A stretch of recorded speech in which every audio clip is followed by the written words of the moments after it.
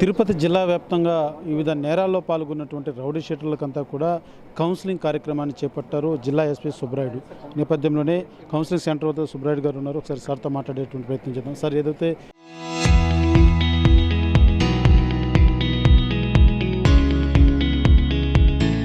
మీరు ఇవాళ తీసుకున్నటువంటి కౌన్సిలింగ్ కార్యక్రమాన్ని కూడా ఏ దృష్టితో చేయాల్సిన పరిస్థితి అంటారు?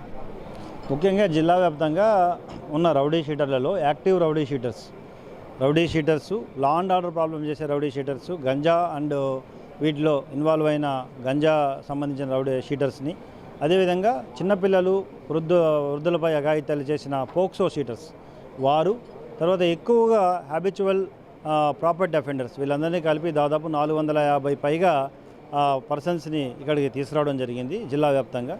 వీరందరికీ కూడా ఒకటే మనవి, మార్పు రావాలి. వారిలో మార్పు రాకపోతే మాత్రం చట్ట ప్రకారం కఠిన చర్యలు తీసుకోబడుతుంది.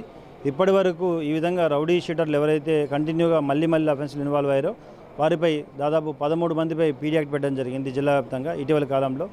అదేవిధంగా ఎవరైతే ఎన్డీపీఎస్ కేసెస్లో రిపీటెడ్గా ఇన్వాల్వ్ అయ్యారో వారిపై 17 వరకు ఈ ఎన్డీపీఎస్ పీడీ యాక్ట్ పెట్టడం జరిగింది. అదేవిధంగా ఇప్పుడు కొత్తగా గంజా కిట్స్ని తీసుకొని జిల్లా వ్యాప్తంగా తీసుకుని వచ్చి గంజా టెస్టులు చేయడం జరుగుతుంది. ఇప్పుడు ఒక 500 పైగా టెస్టులు చేశాం. ఎవరైతే పాజిటివ్ వస్తున్నారో పాజిటివ్ వారిపై మళ్ళీ తదుపరి విచారణ చేసి వారికి ఎక్కడి నుండి వచ్చింది గంజా అనేది కూడా విచారించి కఠిన చర్యలు తీసుకోవడం జరుగుతుంది. లా అండ్ ఆర్డర్ పరంగా తిరుపతి జిల్లా ఒక ప్రాధాన్యత కలిగిన జిల్లా. ఎక్కువగా రోజు 1,00,000 మంది భక్తులు ప్రపంచవ్యాప్తంగా వచ్చిపోతుంటారు. భక్తుల యొక్క మనోభావాలు దెబ్బతీసే విధంగా కానీ లేదా తిరుపతి ప్రశస్తిని దెబ్బతీసే విధంగా కానీ లా అండ్ ఆర్డర్ ప్రాబ్లమ్స్ క్రియేట్ చేయకుండా వీరందరికీ కూడా అవగాహన కల్పించడం జరిగింది. ఒక విధంగా వారికి మంచి మాటలతో చట్టాన్ని గౌరవించడం చెప్పడం జరిగింది. లేదు చట్టాన్ని అతిక్రమిస్తామంటే మాత్రం కఠిన చర్యలు తీసుకోబడుతుందని హెచ్చరించడం కూడా జరిగింది. సార్, ప్రధానంగా ఎవరైతే వాళ్ళు వచ్చినటువంటి రౌడీ షీటర్స్లో కొంతమందికి మీ గాంజా టెస్టులు కూడా ఇప్పుడు చెక్ చేసేటువంటి పరిస్థితి కూడా ఉంది. చేస్తున్నాం. ఇప్పుడు ప్రజెంట్ అక్కడ చేస్తున్నాం, ఇక్కడ చేస్తున్నాం. అన్నీ కూడా అందరినీ మాకు అనుమానం ఉన్న అందరినీ కూడా టెస్ట్ చేసి పంపడం జరుగుతుంది. అందులో ఎవరైతే పాజిటివ్ వస్తారో వారిపై మళ్ళీ కూడా ఫర్దర్ ఇంట్రాగేట్ చేయడం జరుగుతుంది. ఫర్దర్ ఇదే రకంగా మళ్ళీ చేస్తూనే ఉంటారు అంటే కౌన్సిలింగ్ పరంగా ఇది ఒక నిరంతర ప్రక్రియ. టెస్ట్లు అనేటివి ఈరోజు పాజిటివ్ వచ్చిన మళ్ళీ 3 months తర్వాత చేస్తాం.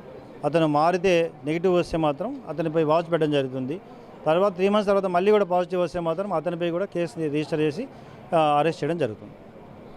ఇదైతే 450 పైచిలుకు మంది కూడా రౌడీ షీటర్లంతా కూడా ఇవాళ ఎస్పీ కార్యాలయంలో ఉన్నటువంటి పెరడ్ గ్రౌండ్ వద్దకి తీసుకురావడం జరిగింది. వారిని అంతా కూడా వారి చేత ప్రమాణం చేయించినటువంటి పరిస్థితి. మేము రానున్న రోజుల్లో ఖచ్చితంగా సత్ప్రవర్తనతో సమాజంలో ఎటువంటి అవాంఛనీయ సంఘటనలు చోటు చేసుకోకుండా ఎటువంటి అలర్లు లేకుండా మేము సత్ప్రవర్తన మెలిగే విధంగా కూడా మేము ఉంటామంటూ కూడా ఎస్పీ వాళ్ళ చేత ప్రమాణం చేయించినటువంటి పరిస్థితి. అదే రకంగా వచ్చినటువంటి వారిలో కూడా గాంజా ఎవరైనా సేవించున్నారో అనేటువంటి అనుమానం కలిగినటువంటి వారినంతా కూడా ఇక్కడ టెస్టులు కూడా చేస్తున్నటువంటి పరిస్థితి ఉంది. అయితే జిల్లాలో శాంతి భద్రతల నేపథ్యంలోనే ఈ రకంగా నిరంతరంగా కూడా ఈ యొక్క కౌన్సిలింగ్ అనే ప్రక్రియ అనేది కూడా సాగుతుంది.